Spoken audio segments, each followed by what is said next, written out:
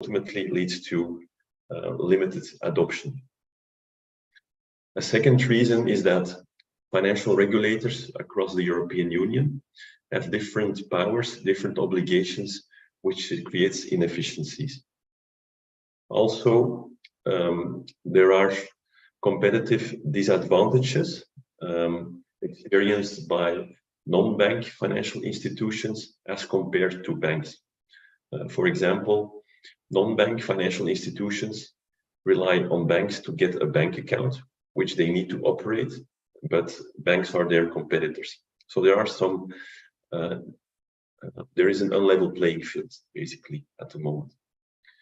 And then last, but absolutely not least, and probably the primary reason for the introduction of PSD3 is the shifting payment fraud in Europe. So PSD2 has significantly decreased fraud in one way, but fraud has been increasing in other ways. And this is creating concerns for consumers. So let me dive into this a little bit more in detail. So since the introduction of PSD2 in Europe, which happened about 5 years ago, there has been an enormous decrease in so-called account takeover fraud or ATO fraud. On the other hand, during the past years, especially since 2020, Europe has seen an enormous increase in authorized push payment fraud or APP fraud. So in account takeover fraud, a fraudster will steal credentials of a user via phishing, via malware, via man-in-the-middle attacks, and so on, and then log on to the account of the victim and transfer money out of that account. In the context of APP fraud, the fraudster works in a different way. He will basically try to convince the user to transfer money to an account that is under the control of the fraudster. So the fraudster will no longer steal credentials, but just try to convince the victim to transfer money to him. A well-known example of APP fraud in the financial services area is so-called bank help desk fraud. So in this case, the fraudster will present himself as a representative of the bank and tell the victim that his bank account is about to be locked or closed, and the victim has to transfer money in order to prevent this. So APP fraud is increasing very rapidly in Europe. You can see some figures here from 2 countries, the Netherlands and the UK, but it's happening all across of Europe. And this is a main concern of many people, many banks, and this is probably the main reason for the introduction of PSD3 in Europe. Let's take a look at the legislative structure of PSD3. And there are actually 2 parts to it. On the one hand, we have a directive called the Directive on Payment Services and Electronic Money Services, abbreviated as PSD3. This directive focuses on licensing of banks, like which capital requirements do they have to meet, which governance requirements do they have to meet, and so on. This directive also defines roles and responsibilities of the financial regulators. However, more importantly for us today is the other part, which is called the Payment Services Regulation, or PSR. So this is the regulation that will define new rules related to strong customer authentication, related to payment fraud prevention, open banking, security, and so on. So in the remainder of this session, I will focus on the requirements that are defined in the Payment Services Regulation, or PSR, and I will basically forget about PSD3 for the remainder of this session. Let's take a look at the requirements related to strong customer authentication and payment fraud prevention that are defined in the PSR.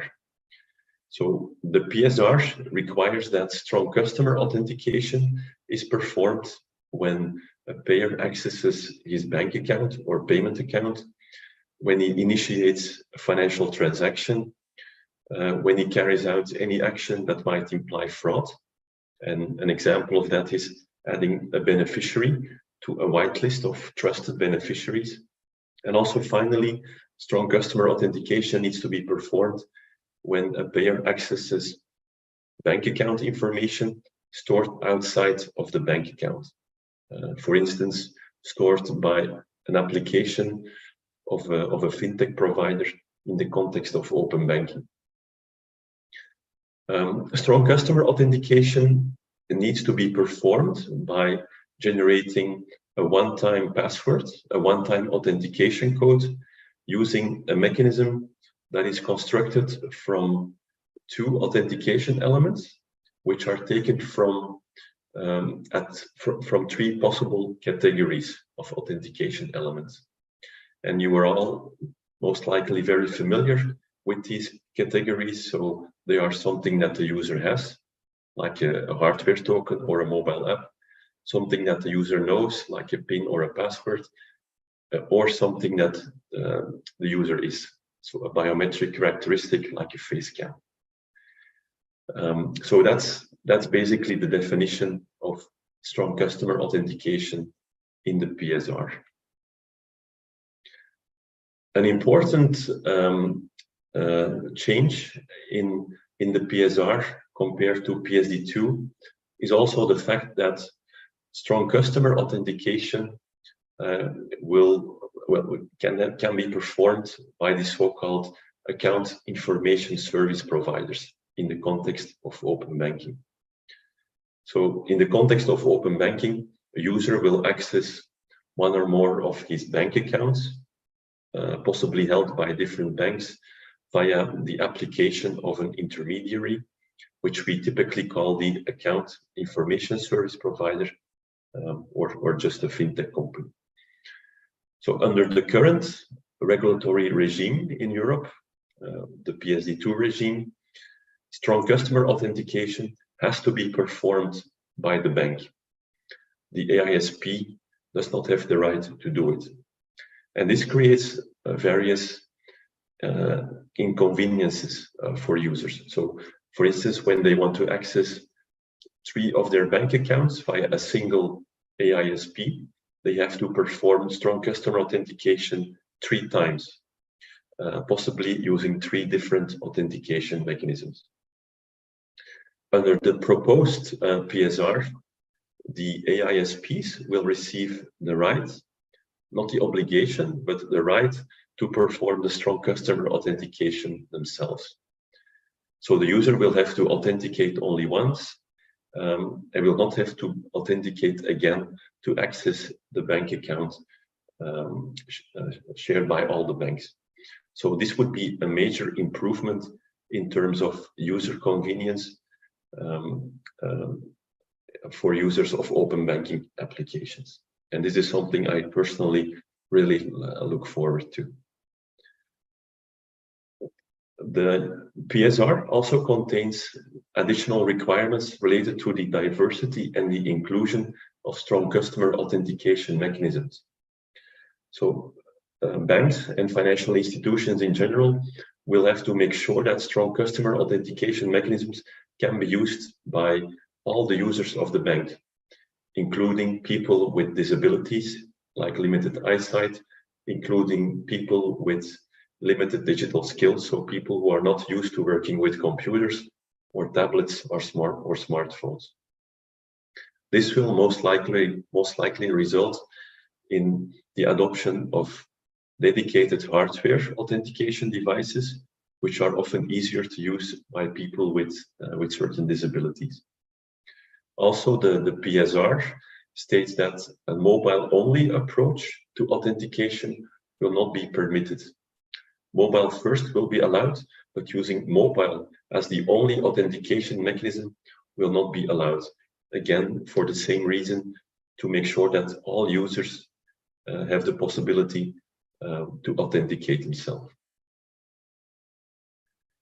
So these are the most important new requirements in the PSR related to strong customer authentication. Let's now quickly look at some of the requirements related to prevention of payment fraud. And again, this is primarily focusing on preventing APP fraud. I think that the key requirement proposed by the PSR is that banks have to offer a service to check whether the bank account number of a beneficiary matches the name of the beneficiary. So when a user wants to make a payment or a bank transfer, he specifies a bank account number and the name of the beneficiary. So the bank of the beneficiary will have to indicate in real time on the fly whether or not the bank account number and the name match each other. And if not, the bank of the beneficiary has to provide a notification to the payer about this discrepancy. And then the payer will have the ability to ignore this notification at his own risk or abort the financial transfer. So again, this helps to prevent APP fraud, because in APP fraud, fraudsters are often trying to trick victims into transferring money to bank accounts using a false name. I tried to see whether my banks implement such a matching service already, and actually it does not. So I was able to transfer money to one of my bank accounts using Roger Rabbit as the beneficiary, and it went through without any notification. So this is one way to prevent or reduce payment fraud. There are other requirements in the PSR. One of them is that banks will have to share intelligence about fraud much more in the future. For example, they need to share bank account numbers which are known to belong to fraudsters or money mules. Banks will have to educate their users specifically about APP fraud. And finally, the PSR also defines who is liable in the case of APP fraud. So who needs to pay if someone becomes the victim of APP fraud. All right, Frederick, we're wrapping up in about 2 minutes. Okay, that's perfect. So the last item in the PSR related to payment fraud prevention is an enforcement of the need to do transaction monitoring, specifically to prevent payment fraud. In terms of timelines, we expect that the PSR will become applicable in Q3 of 2025. So it's still a while away, but banks are already working on becoming compliant. So as conclusion, the PSR is really bringing important items to the banking and payments landscape in Europe. It's requiring diverse and inclusive strong authentication. It is also requiring banks to offer this matching service to detect APP fraud and so on. So that brings me to the end of my presentation. I just want to highlight that OneSpan is a security company that can help banks and financial institutions address many of the challenges that I highlighted. And we are also here with our partners. As I mentioned, our partner is called Maxud Consulting, and they are also present in the audience. So feel free to reach out to them after this presentation. Thanks a lot for your attention. If you have questions, feel free to reach out or discuss them with our partners. Thanks a lot for your attention. Great. Thanks very much, Frederick. Please, can you put our hands together for him? Quickly, because we have the next presenter in the house, and he's going to be speaking on the dawn of AI singers. Please, can we put our hands together for Mr. Nkasiobi Chukwu, founder of Wakati Media, as he comes up to speak for the next 15 minutes. And then afterwards, we will have our last panel section before we go into our raffle draw. And then we call it a day for the day 2 of the Nigerian FinTech Week. I'm glad that all of my panelists for the next panel are all here on ground. Dr. Jamila Sharif Ayedum, you're here, right? Okay, great. So that makes it even much more exciting for me. So over to you, Chukwu. Thank you so much. Good afternoon, everyone. How are we feeling? It'd be nice to get some feedback. Wouldn't you agree? How are we feeling? It's been an interesting week, a lot of conversations. We're talking, people are networking, getting to discuss business, connecting with the right minds.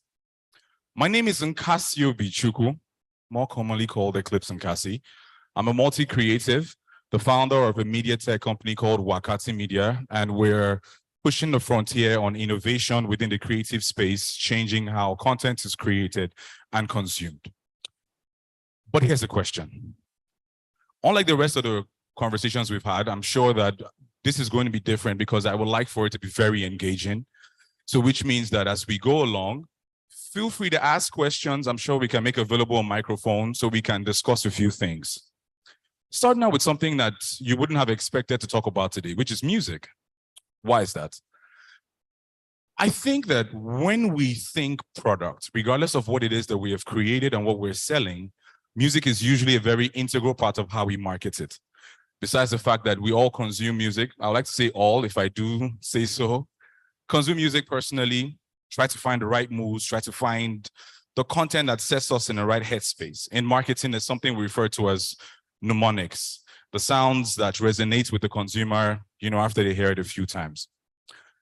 But in today's age, content and everything else is changing in terms of how technology has allowed us to access it and create it. And with regards to that, music is not any different. What is the future of the music that we use and consume? How does it affect us all? What opportunities lie there? And with this new economy that is about to be birthed from this dawn of artificial intelligence, how much can we make? How do we really set the tone? What are we worried about? What are our concerns? What can we leverage? And maybe let's find the best ways that the next time you want to market something and put your brand, you find something that fits and fits very well. So I'm not going to walk us through a slide. Instead, we have a quick video that you will watch for the next 5 minutes, after which I'll be here to take questions so that this conversation is as impactful as it possibly can, which means it resonates with you and is specific to the things that you care about. So if the media team is ready, let's have a roll up. Thank you so much.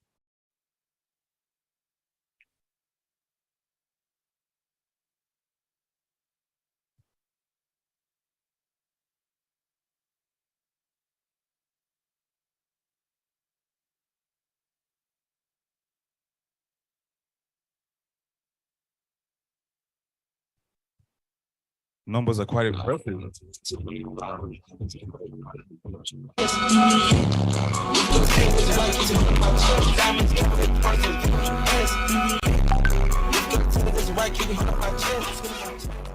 Mission is to get as much as you can, achieve as much as you can, be as much as you can. The mission is to get as much as you can. Why would you settle for achieve less? as much as you All our can. fans, Be thank as you much as so you much can. for listening Because and for why showing not? just how Why much would you our settle for music less? moves you. To all our fans, So let's thank you keep pushing so each much other, for and I listening promise and you, for I will showing try to just how keep much up. our music moves you. So let's keep pushing each other, and I promise you, I will try to keep up. See you soon. Music has always been an important part of Nigerian culture. So when artificial intelligence apps started spreading through the country's music industry, an Afrobeats producer thought his days were numbered. Until he figured out a way to blend the artificial world with the real world.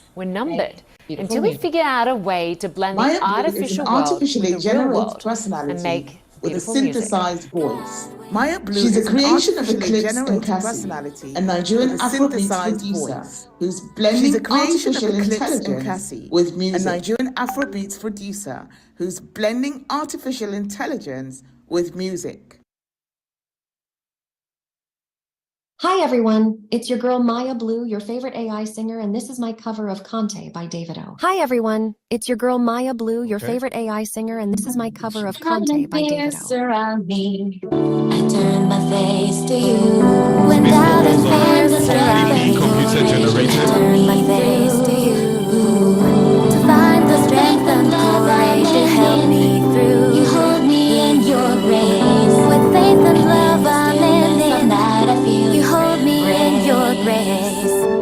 And in the stillness of night I feel your embrace. Hold my waist tight like I see they go. Close enough. The way you hold my waist tight like I see they go. Can't dance the same save myself, but see as they roll low. Disconnect the places I take part in those. Disconnect the internet cause I'm feeling intellectual. I can't tell you're feeling the pressure. I can't tell you're feeling the tension. Okay, PG knows Move correct. your leg like What this a Nigerian and that. language. You can drive away the maybe. pressure. Obinde redu atulu Georgimo. Obinde redu chukumari hiyo magene rege. Obinde redu atulu jo. Obinde redu chukumari hiyo magene rege. Obinde redu.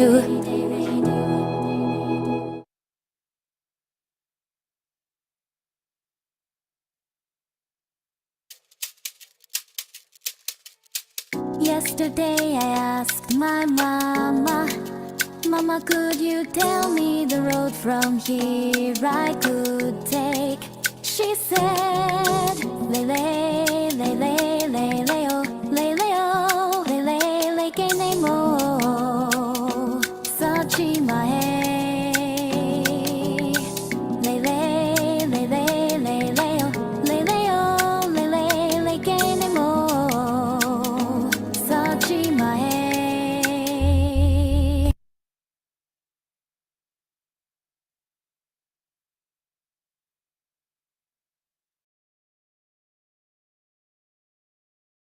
Or experiences people had to do with other people infringing on people's copyrights. You know, people were making fake Drake music and so on and so forth. But what we're doing is getting the right licenses, working with the right partners, making sure that artists are getting royalties from music that are created. And I think I'm proud to say that over the next 2 months, we have a official remix for the late Sir Victor Owaifo's Joromi that's going to be coming out featuring our AI artist, Maya Blue. And it's just the start of it. Over the next few months, we look to do even more. And as we go, we want to expand even the frontier of how we create content that has to do with music, how we integrate brand communications in between that to say, the next time we have a talent hunt, for example, it's going to be different.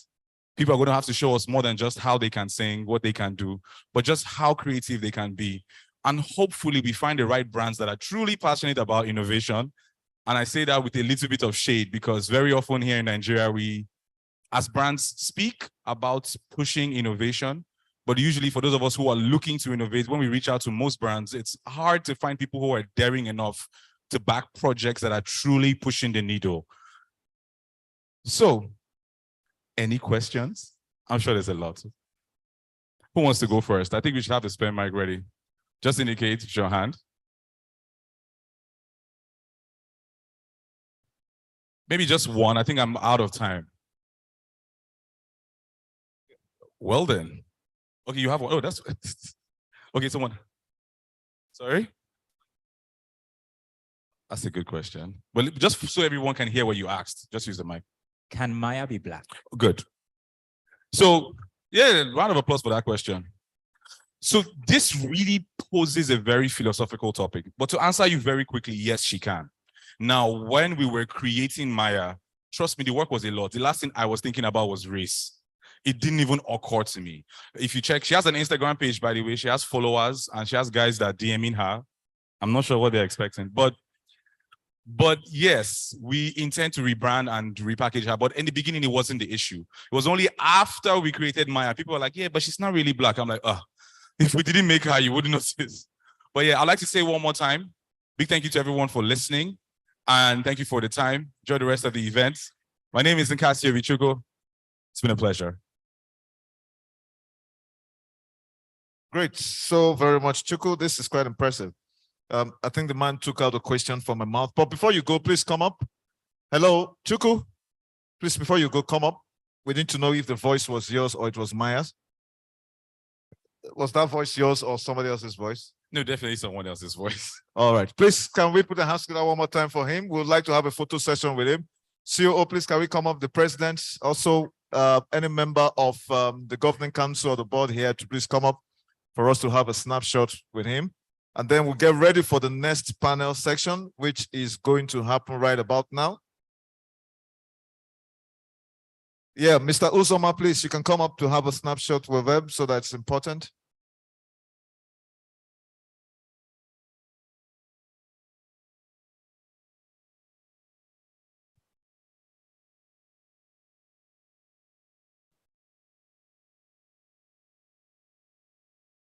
Great, great, great. You might just have to give COO a microphone. Let him sing and compete with Maya. All right. A quick smile. Please, after 3, can you sing 1, 2? All right, thank you very much. Dr. Jamil, you can take a seat. Do you have your whatever it is? We're going to just bring you back up as the case is. All right, so let's have Dr. Jamila Sharif Ayedum, of course, up there. CEO Credit Registries is moderating this session. And then I have Dr. Patrick Conte to come join them here. Of course, Mr. Uzoma Dozie, CEO of Sparkle.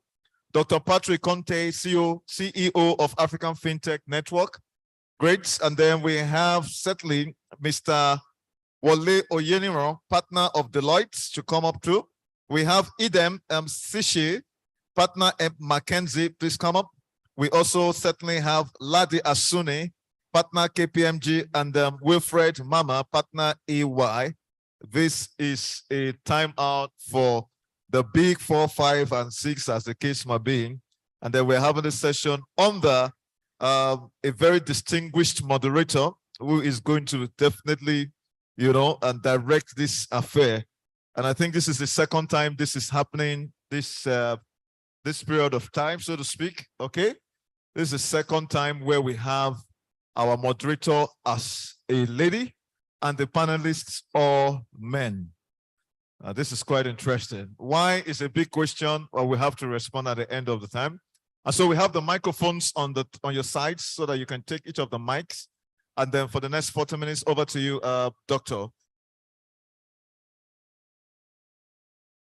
Testing. Testing. Okay. Hello, everyone. Can you hear? Fine? Yes? All right. How are you guys doing this afternoon? All right. All right. That was a fantastic previous session, but I'm really happy to say that this is the session that I hope everybody's been waiting for. This is the session that's going to talk about the future, what's coming next. And we have a star-filled here panelists that are going to be able to share that with us. So I think we should just do a quick introduction just so we can make sure that everybody knows who you are before we dive into the questions. So I'll start on my far end here. Hello.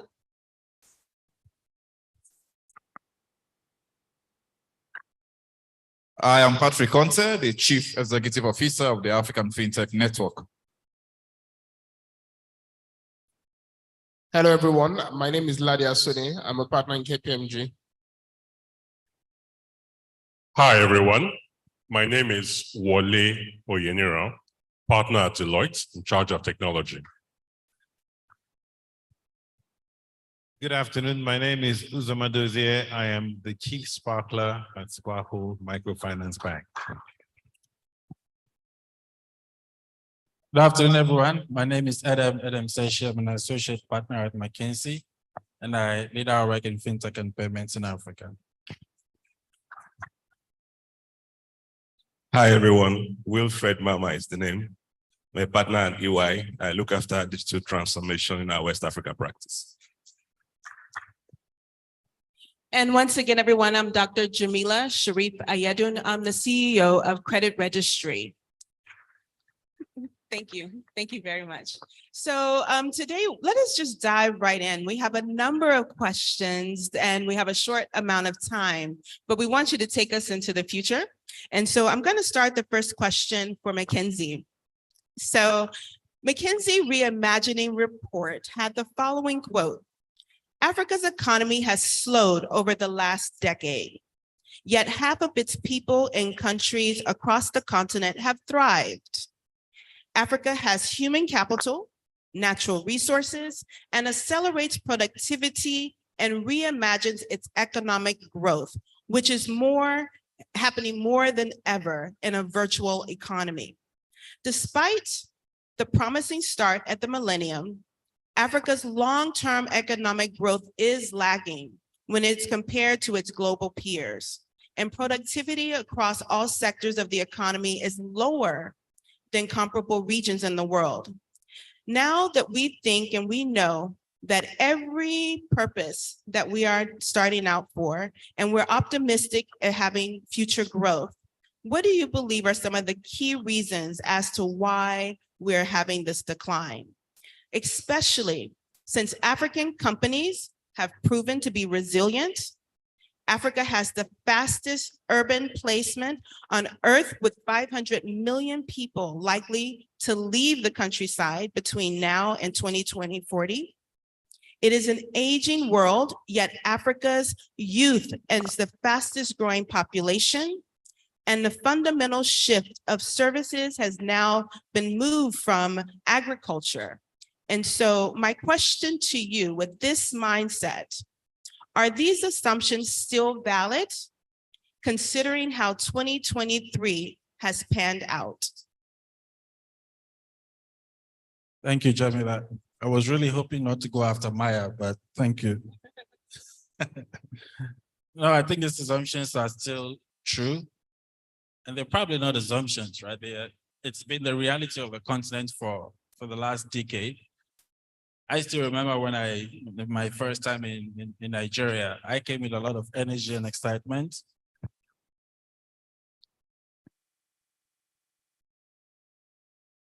I still remember the first time I came into Nigeria, the energy and excitement that I brought with me, but was already here. And just yesterday, I was telling my driver, these days, if you stay out past 9 p.m., there's nobody on the roads. I don't know where everybody went. So it's still very much true that we've had a tale of basically 2 decades where there was a lot of growth everywhere, and most importantly in the large economies like Nigeria. Right? What has happened in the last decade is that, yes, there's still growth, but it's been in the places that, for lack of a better word, matter less. And the large economies are struggling. Nigeria has struggled in the last decade. South Africa has followed suit in the last decade. And when you take those 2 economies not growing, it's tough to summarize Africa into a growth story, even bearing in mind that there's 40-something other countries, right? So the fundamentals that should accelerate growth are still there. We still have massive urbanization.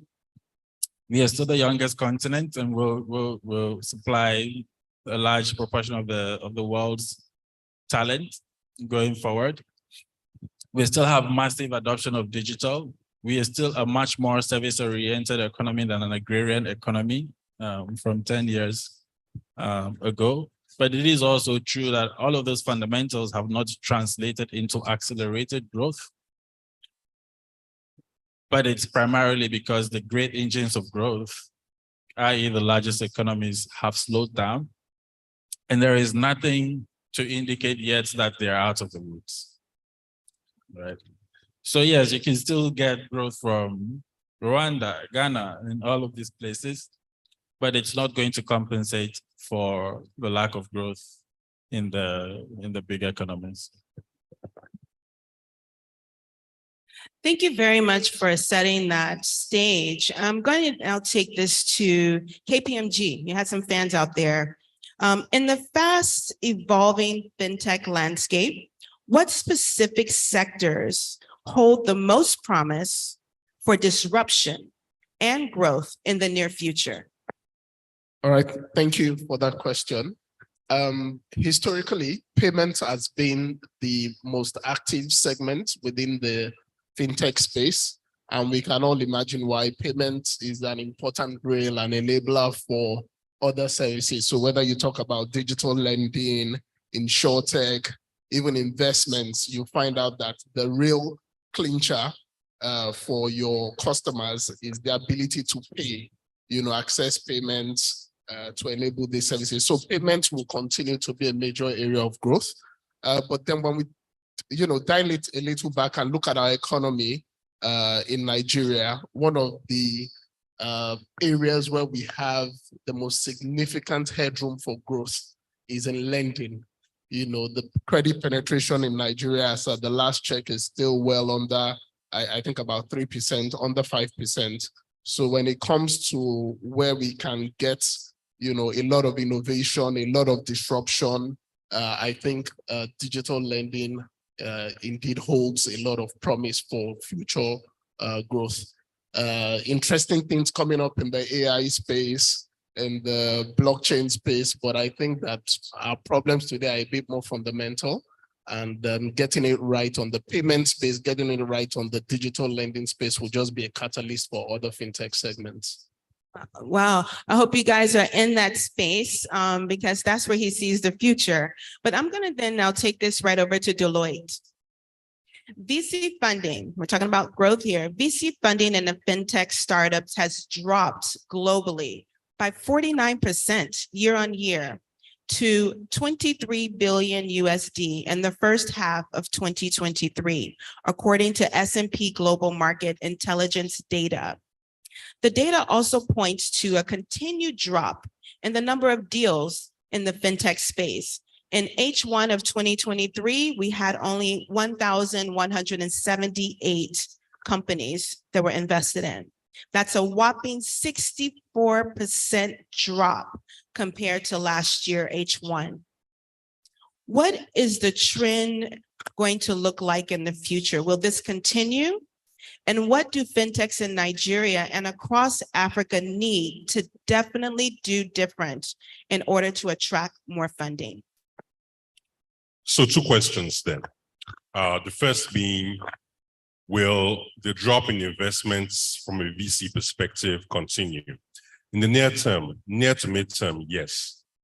And the reasons for that are in front of us all. Globally, we're facing strong economic headwinds, high interest rates, wars in multiple places. We have Russia, Ukraine, and now we have the conflict in Gaza that is escalating.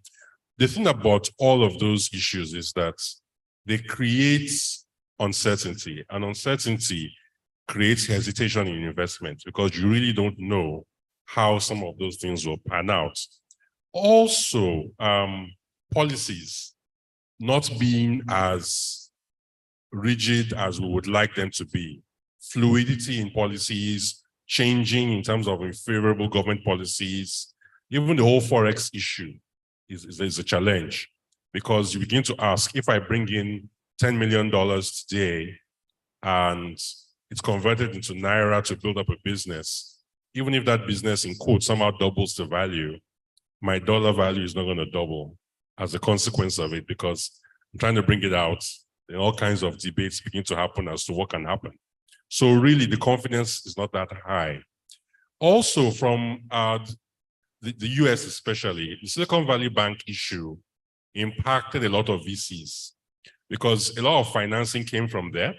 And when it collapsed, owing to the revelation that it was actually an elaborate crypto-based Ponzi scheme, then funding dried up to some extent. But now, and this is why I say near to midterm, it will decline, but VCs are still out there and they still have money. I understand from the PitchBook report, about almost $280 billion is available in what they call dry powder, cash that they want to be able to invest, but are unable to. So I don't think this trend will continue long term, especially as some of these factors stabilize and we begin to get clarity, on where the future is going globally from an economic perspective. So yeah, strong headwinds, short to midterm issues in decline, but longer term, we should be good. So if we are going to be able to harness this upwind that will eventually arise in the long term, talking about like next 2 to 3 years, not that immediate, we need to have the right structures in place.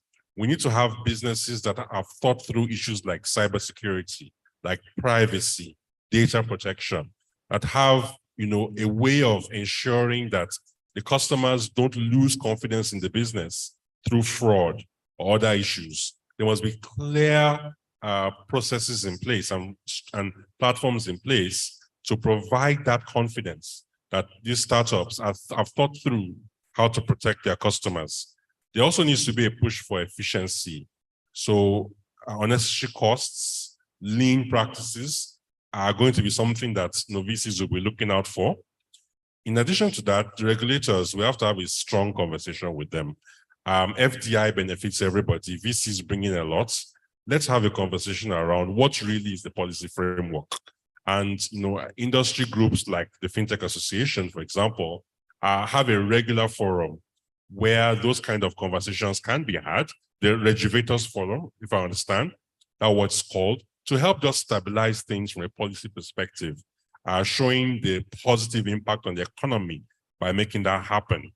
Then finally, there has to be clear efficiency in the management of resources, be it money, be it people.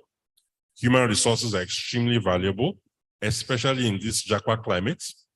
There has to be clarity as to how they are going to be able to optimize the use of people so that they can sustain the growth that they are, in quotes, promising to VCs that are bringing funds to them. So the bottom line, proper management is critical, and that has to be visible, not theoretical, and then some level of nudge to the regulators to help create a better environment from a policy perspective.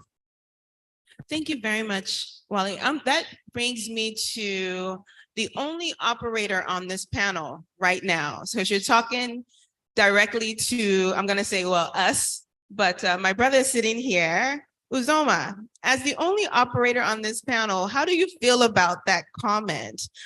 Where was your business from, coming into 2023, the expectations that you had at the beginning of the year? What is your reality now?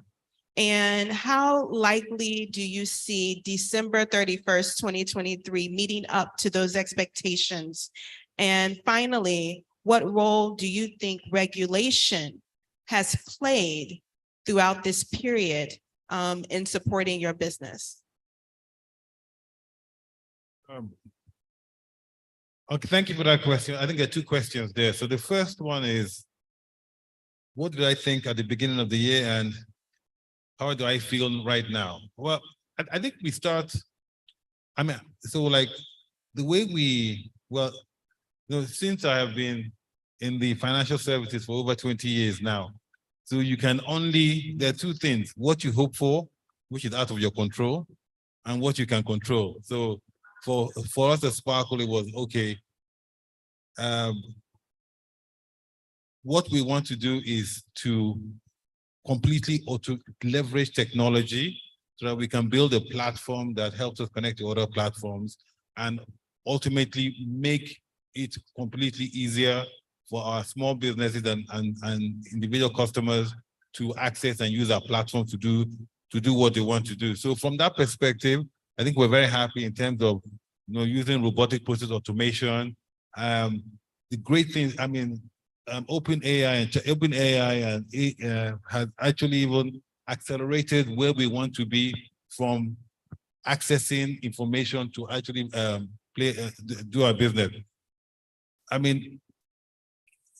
Government plays a big role. We now see, they come out with some policies that, if implemented, would help, how would I put it, enlarge the digital ecosystem. We have a minister of digital economy that is talking about how the public sector can connect into that space and help businesses and also drive society.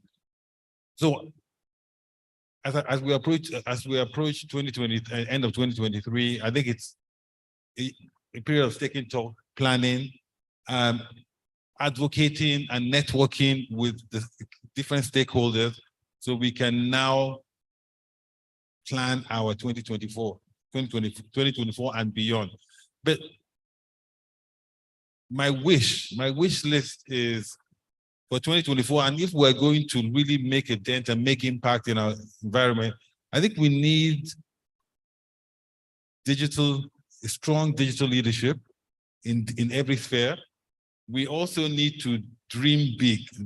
We actually need a vision of where we want to go to. I know when people talk, they talk about incremental improvement. We want to more people, financial inclusion. But what does that mean? What is the picture? Well, how do we see? For me, my if you ask me, if you ask me, what is your two big wishes? Mine would be everyone to have a smartphone and internet availability. Because once that happens, that changes the narrative. So like it is now how do we educate people? How do we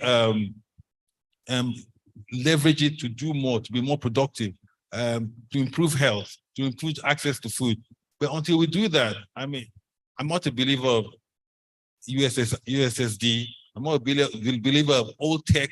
It's just going to keep us down while everyone else improves. And so for me, it's like, how do we do that? How do we get smartphones to the hand of people? Yeah, people are poor in Nigeria, but how do we make that as part of our infrastructural goals in Nigeria? And that's the way that we're going to actually deepen access and tech in our environment. Thank you very much, Uzoma, and for putting out your wishes as well. Everybody's listening. So Wilfred, let me come to you. He talked about, automation and things like that, but let's go back to AI and talk about that a little bit more deeply. It's been around for a number of years, but starting in November, with the introduction of OpenAI and ChatGPT, we have seen an acceleration of innovation. Even earlier, we saw that, right? And interest and usage. How should organizations approach the adoption of generative AI in order to obtain the most value from a transformative technology? Thank you. And I think that's a very important question, because everybody is trying to figure out how do we get into this new technology? Now, we know that artificial intelligence in itself is not new, right? It's been studied in the computer science since 1946, so it's not new. But with advancements that we then saw, machine learning, deep learning, and then generative AI, we began to see new developments. And generative AI is not new as well. It's been around, it's been studied since 2017.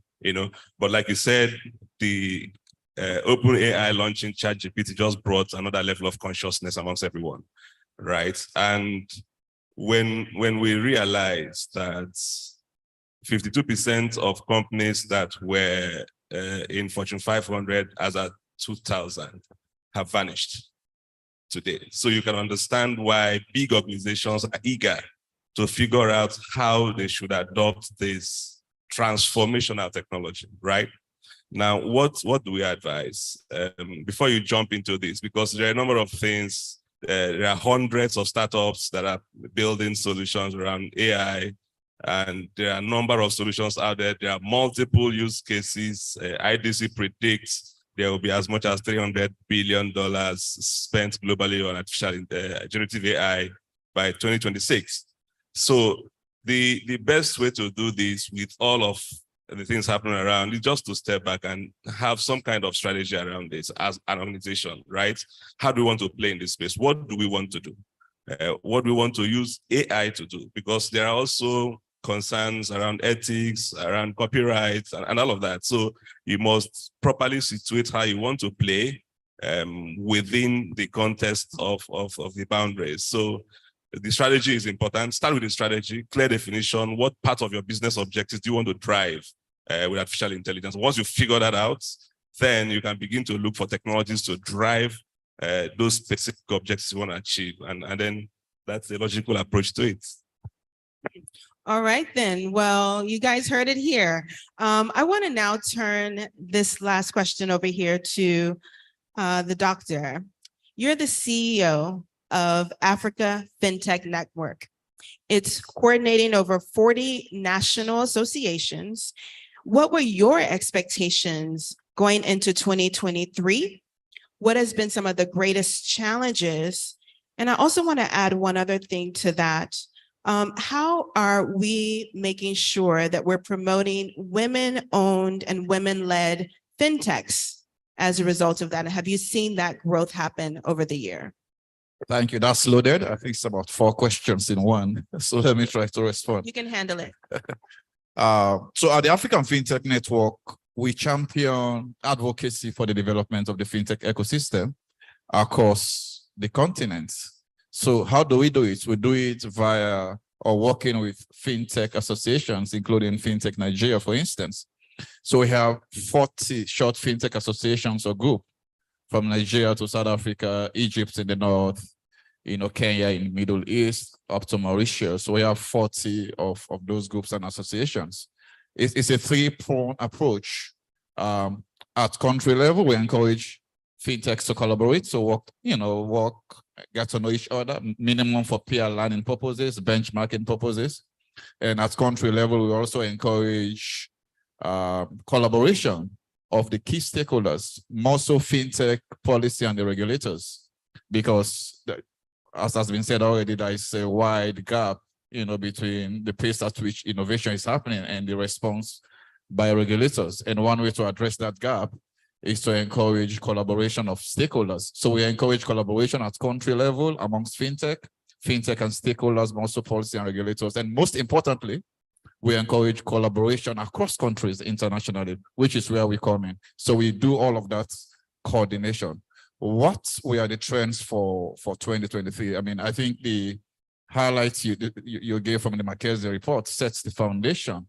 The macro environment wasn't favorable, geopolitics was apparent. So from our standpoint, we knew it was going to be a difficult period in terms of funding, which the evidences are now showing. And so for us, what we have been advocating in the recent past, I mean, if you look at in excess of 1,200 unicorns globally, what you have in Africa is about 10 or 11. So, and one of the issues, if you look at those 10 or 11, significant portion of the investment is FDI, funds outside Africa. So what we have been advocating and promoting in recent times is homegrown capital.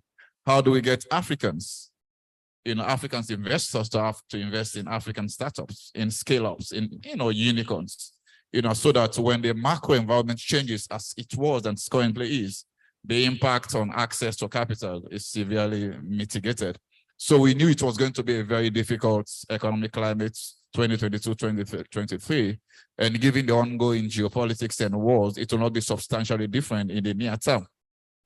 On your third question as to how we are addressing the thorny issue of women in tech, women own and women manage FinTech, we all know that's part of the gender economic gap, is part of the inherent disadvantage, if I can put it that way, of women in African society by culture, by religion, by your geographical position, where you're born as a girl child, you're already disadvantaged. Maybe you're born to a society, a community where they don't allow the girl child to go to school.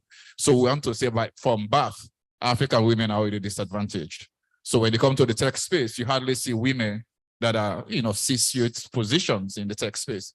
You hardly see FinTech that are led, owned, and not entirely managed, that are significantly managed by women. So naturally, there is a gap when it comes to women in tech, women in FinTech, whether it's women owned or women led, there is a significant gap. So what we do, we promote collaboration. We encourage men in tech to open up the space.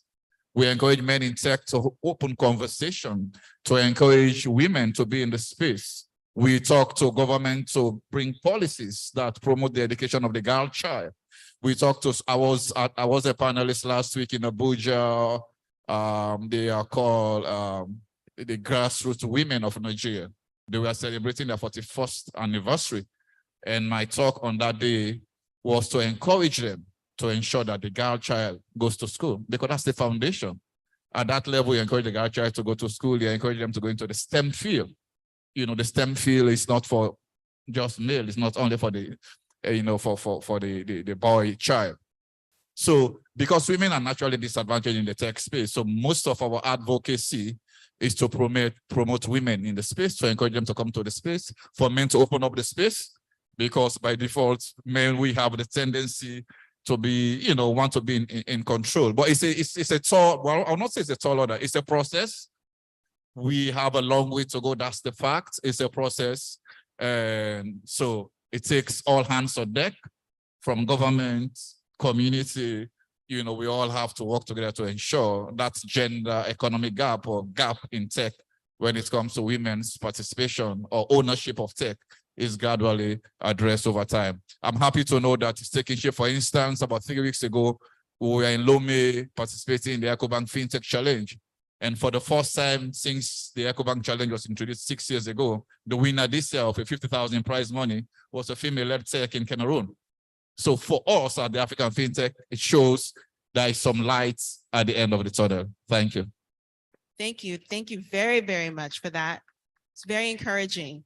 And so I believe that we want to open it up to some questions from the audience. We've gotten a signal. So, are there any questions from the audience? Okay, we have one in the back.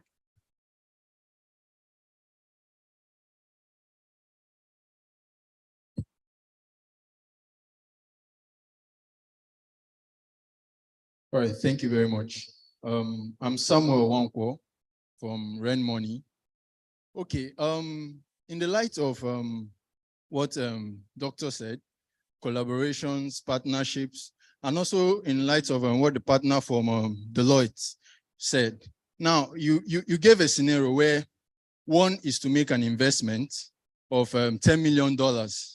And it turns out, or it will turn out to be that the investment does not double up in, while it doubles up in Naira, it does not double up in the dollar. So my question is this, how might FinTech influence monetary policy, currency stability, and financial markets in the nearest future? So what role does FinTechs, what role do they have to play to make sure that these items are harmonized, that you don't have the fear of high volatility tomorrow and you're complaining, oh, my investments has dropped this and that. And yeah, basically, thank you. Okay, which of you want to take on that one? I would say that's a loaded question. I will look at it from the point of view of my role as CEO of the African FinTech Network. So I will leave the consulting firms to give the analysis of it. Monetary policy itself has a function to play in an economy. And so what FinTech has done, I mean, in simple terms, FinTech is about innovation and differentiation when it comes to the provision of financial services. I mean, take a typical case of central bank digital currency and the sort of reaction it has provoked. Yes, right across the globe, central bank are testing the waters. There have been a lot of write-offs, a lot of papers on CBDCs, i.e. the use of digital currencies. The question is, are we prepared as Africans for digital money to replace fiat money? It starts with a mindset foremost, a cultural issue, let alone issues about monetary policies, because it's about interest rate management. Are central banks really ready to use digital currency platforms, cryptocurrency platforms? Do they really understand what it means to operate those platforms, allow those platforms to operate in fulfillment, or using those platforms in fulfillment of their monetary policy mandate? I was a former regulator. I bet you the knowledge gap that has to be addressed is so profound. So that's why I said it's a loaded question. It's a process that is need for a lot of education, for regulators to understand what it means when it comes to the profound role of technology in the provision of financial services and the implications for monetary policy decisions. Because if you manage your interest rates, and in some jurisdictions where you manage employment, you have a dual role. How do you deliver on that role when it comes to using technology? It's for all of us here to debate. Absolutely. Before we close, I know that we have to close. Yes, you have a, you want to say a comment? Wally? Deloitte. No, you should go ahead and might as well make it happen. Make it happen. Yes. Thanks, Doctor. I think regulator education, regulator collaboration, just sitting down in a room and saying, let's talk. Fundamental, it must happen. That is already happening, which is great. We just need to intensify. So fintechs have already answered the rallying cry of, let's shape the regulator through the association that is taking the lead in making that happen. So fantastic stuff. But beyond that, the Forex challenge, knowing that FDI tends to be Forex denominated, requires what greater minds than mine call a hedging strategy. If you're going to hedge against Forex, all your earnings cannot be in Naira. That's the only way you can reliably deal that. And quite a few of the fintechs also offer services that enable them to actually earn in foreign currency. So what that does, it helps preserve value much better than when they're exclusively operating in the Naira earning domain. So it's about being creative in the business model to protect the investments that have been made and ensure that you are hedging to a fair degree. And there are various strategies for doing that, like I said, greater minds than mine have figured out. But just think of that word hedging and think about how you can develop a business model that earns not only locally, but also even earns in foreign currency and enables investments to be protected through platforms built on our large population, not only here, but in the diaspora. That's essentially, a tip that you can think about to be able to say, how do I now earn, beyond just the shores of the country? So that's one possibility around protecting investments in that regard. Thank you. Thank you very much. That was needed to be said. So diversification. On time, are we good on time? I think I see one other person. Yeah, we're good on time. We can take one or two more questions, and we can also have more insight from our panelists. Do we have any questions or comments? None at all for now. No other questions? Okay. So, I do want to piggyback. Yes, go ahead. Does he have something to say? Zoma. Okay, have this. Well, I was going to say, with the crash in the Naira, this is a good time to invest in Nigerian stock. And so what $1 million can get you today in Nigeria is actually much more than it could get you a year ago. As Wole said, it's about collaboration. And I think it's also about, when it comes to monetary policy, it's also about showing the stakeholders what the alternative is. And a simple example is today is that if government today or public sector wants to move 10 million Naira to a community that needs it and wants to donate, they'll probably spend about 30 million Naira to do that, because they have to move the vans, they have to get the police, they have to put infrastructure. But if you actually provided the digital infrastructure for them to invest it in that, the next time they want to do it, it will cost a fraction. So it's actually looking at how you can invest now so that you can save much later. So the total cost of providing services to the economy. And the only way to do that is investing in technology, and that will indirectly start dealing with some of those fiscal and monetary policies that challenges that we have today. Yes, I want to just ask one quick question to kind of piggyback on what Uzama said previously. Does everyone in here have a smartphone? Raise your hand. Smartphone. Okay, I would say what about maybe 80% of the audience? Keep your hands up. Please keep your hands up. For those who have a smartphone, did you buy them on credit or did you pay everything at once? So if you bought them on credit, keep your hands up. There's your answer. So until we have I'm gonna say, a way to be able to enable, and by the way, everybody in here who had your hands up, do you have a job? Are you currently working? Raise your hands. Employed.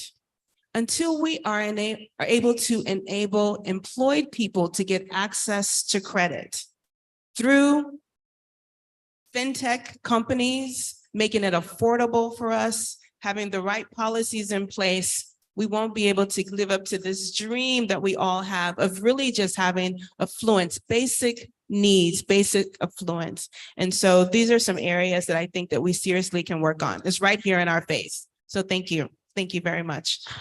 Please, you guys, give a huge round of applause. I know that he's looking, but let's give a huge round of applause to our panelists, from every one of the consulting firms here. It's amazing, as well as the operator, Uzoma, in the room. So thank you all very much for your time. Thank you so very much, Dr. Jamila. Please, can you put your hands one more time for them? Gentlemen and lady, you want to stand in here where I invite the president to please come up as well as the COO for the group picture. As a matter of fact, this is a powerhouse. As you can imagine, you can see the fumes, flowing off from the stage. It doesn't come this easy. Madam, we want you to break the divide. It's important. You're going to have to make the balance. All right, so this is the final session before we have our raffle draw. I remember tomorrow we start at the same time, 10 o'clock. All right, this looks like presidential handshake. Are we good? All right, please, can you smile the smile of the future? Because we're dealing with what the roadmap, of course, of the future is and how much 2024 is going to be to every one of us. Please, I would like to be in this picture. It's very important. All right, take that.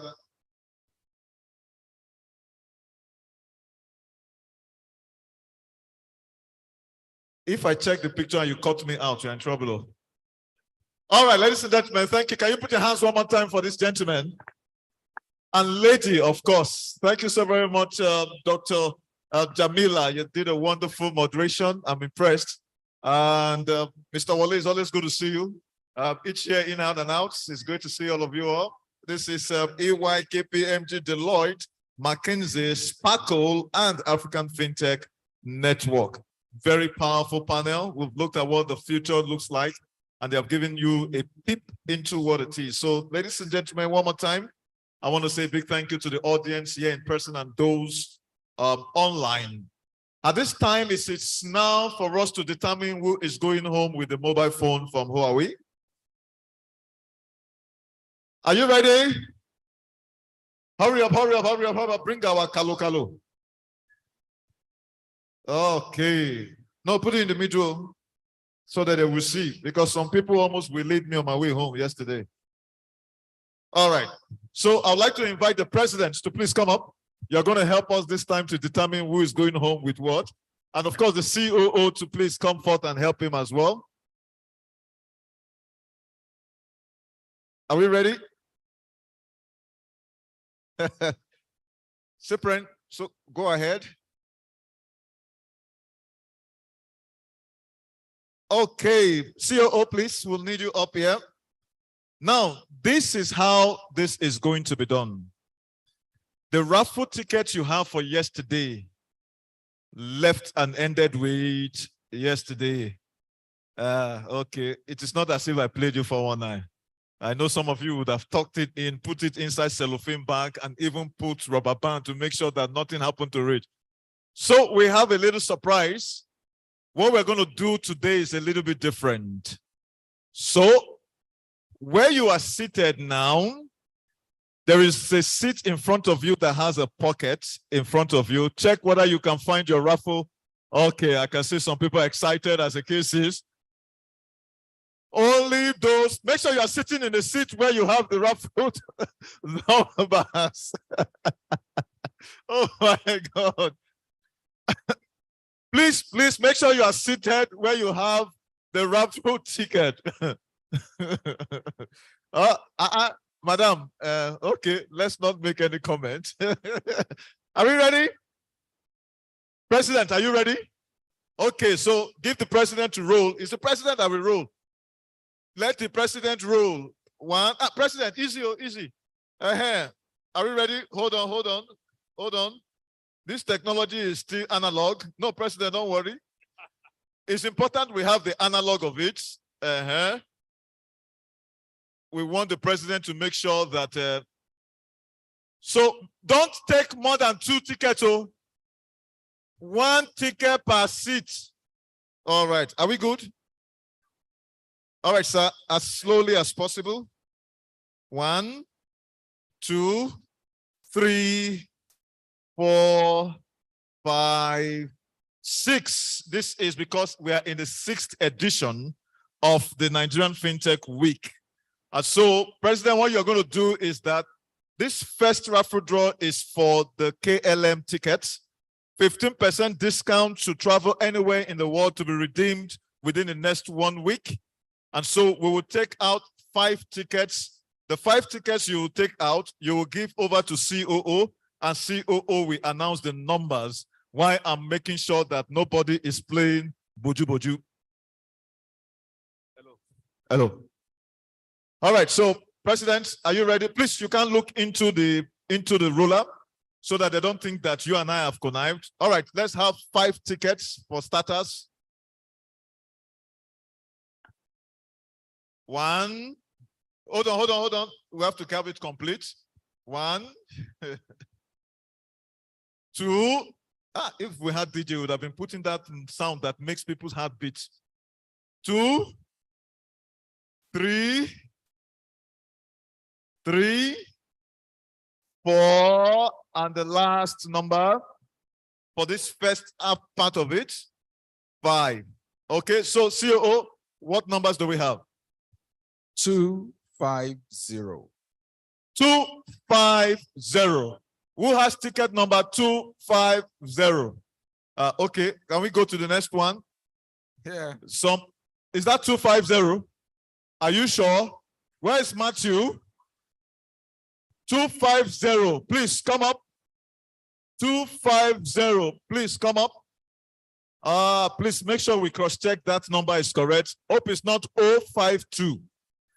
Because you might have turned this thing upside down to be sure that it's 250. 250. Hold it. Please, can you come up here? The next number? 805. 805. Who has 805? 805. Oh, great. Please come up. 805. Woo. Make sure it is not 508. 805. All right. Where's the next lucky winner? 608. 608. Madam, it looks like it's you, Ajia. You have laughed. Is it you? Is it you? Are you sure? 608. 608. Are you 608 at the back? 608. Oh, yeah, call. Please put your hands together for him. I was wondering why she was laughing. The next number? 763. 763. Ticket number 763. Ticket number 763. Do we have you here? Okay, going once, going two. Hey, Ajia has won 763. She's financially included and economically included. All right, that we have 763. Okay. Don't worry yourself. None of you planned you were coming here to win anything. Was it because of the raffle draw you came to Nigerian Fintech Week? This one is just an addition. All right. And the last one for the 50% discount to anywhere in the world. 414. 419. 414. Oh, sorry. 414. 414. Madam, are you 414? Okay, we have been wondering. 414. Thank God it's not 404. 404 is in Kita, but this is 414. We can take this one as a horse. 414. Nobody 414. Okay, so what do? We just put that here. Why we tell President to pick one more for this category. President, is there a problem? There is? Is what?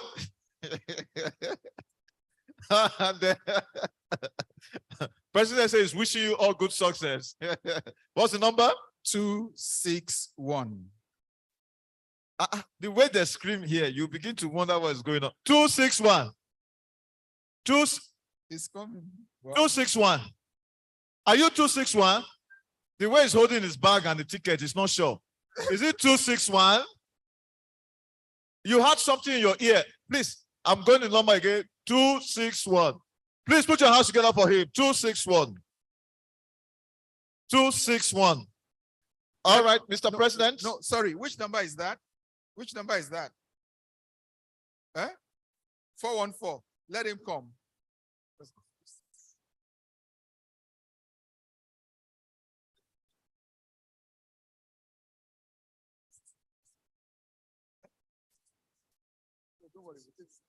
Okay, so we come in here. All right. Okay, now, ladies and gentlemen, President, this next person who is going to win is 50% discount on the KLM ticket to be redeemed within 1 week anywhere in Europe. Europe, if you don't know where Europe is, please take your phone and Google Europe. This is the digital aspect of it. President, please, can you pick the lucky winner? Just one, sir.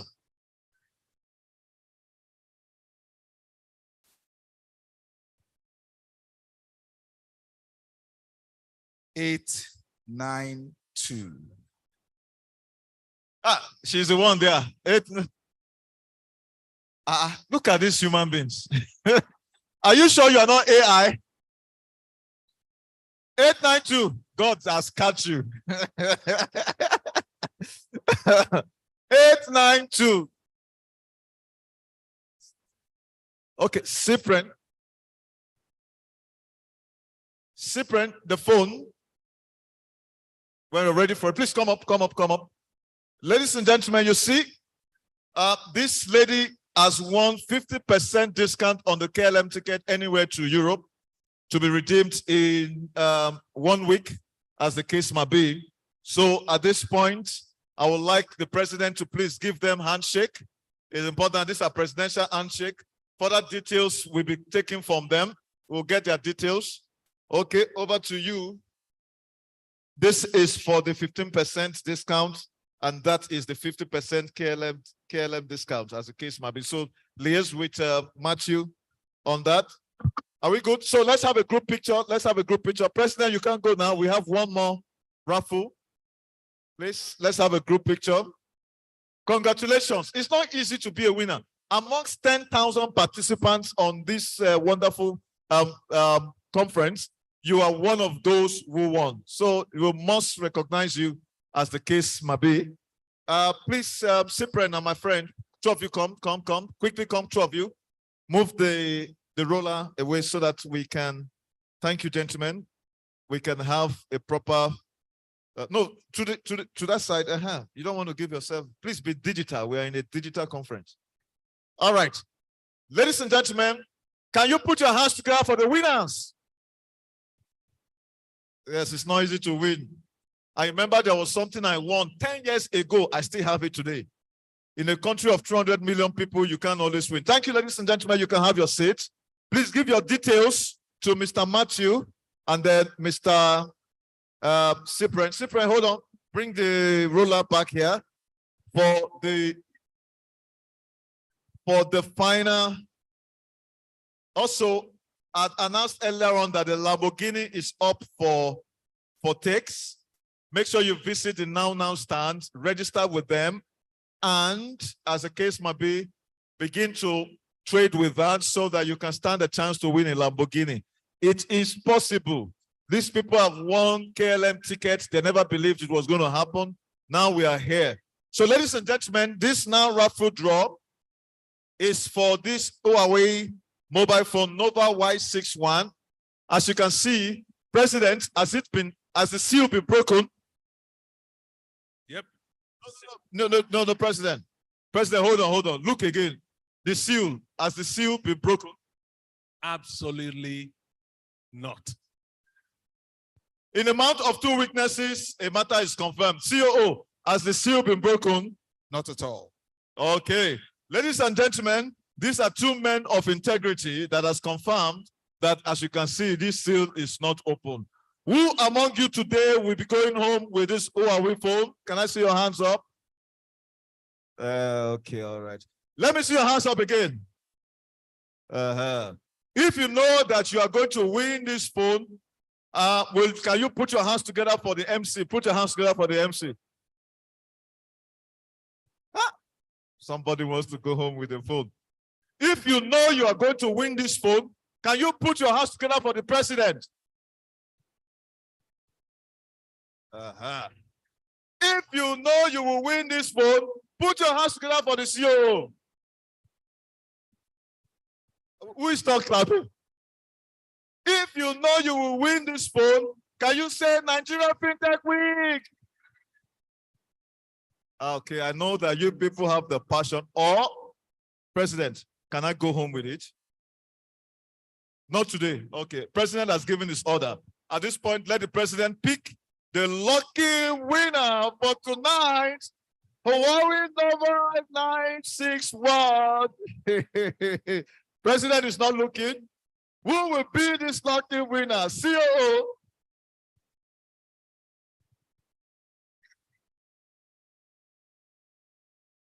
Four, 0, 7.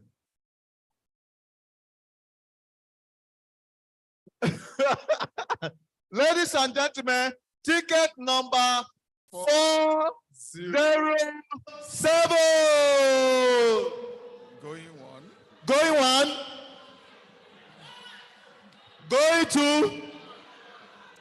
President, do you approve? Going 3. All right, President, pick up one more person. Did you not jump that person? All right, COO, who is this lucky winner? 2, 1, 4.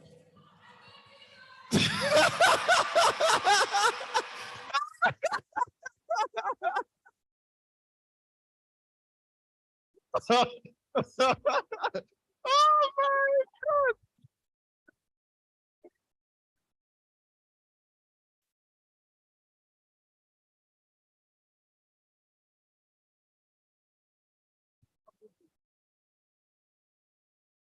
Yes. 214. Congratulations. Hold on, go and stand and take a presidential handshake.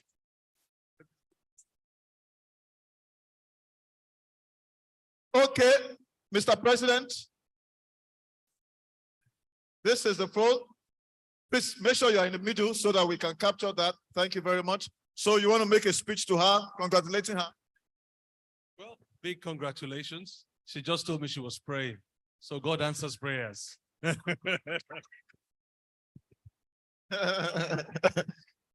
lady shouted, I got it.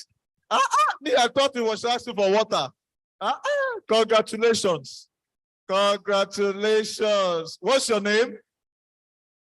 My name is Fedola Karim. I'm actually a postgraduate student. This one has saved you almost how many hundreds of thousands? Congratulations. All right, so give your details to our people so that we can always. Where is the man who won yesterday? I was looking for him. He saw me earlier on. So far, we've had so many winners. Don't give up. Tomorrow is another day. All right. And tomorrow, we have a whole bumper package. And then we have even a bigger phone that Huawei is obviously launching. So at this point in time, COO, you won't have 1 or 2 comments? So tomorrow is about diversification. So it's going to be about health tech, insurtech, agri-tech, trans-tech, prop-tech. And for those of you who are interested in agri-tech, there's one of the best agri-tech person coming tomorrow, Farmer Samson Ogbole. And he's going to be talking about what he's doing with agri-tech. And he has trained over 10,000 youths on hydroponics, aeroponics, and it's awesome. So don't miss tomorrow. Thank you very much. Thank you very much, COO. Ladies and gentlemen, you've heard it from the COO, Dr. Papatunde, and he has said that please do not miss tomorrow. Tomorrow is going to be the grand finale. All right? So please go home safely until we meet you again tomorrow. We start up 10 on the dot, but breakfast kicks off at 9. Please be mindful of your phone, be mindful of your laptops, your tabs, as well as your handbags. God bless you all for day 2 as the case is. Bye-bye for now. Whiskey, corn silk, starch, oil, livestock feed, all from corn. You will discover endless opportunities when you search deeper, and to enjoy their full worth, you need an innovative payment solutions partner that creates value from the obvious and sees opportunity in the not so obvious. InterSwitch, transaction solutions you can depend on.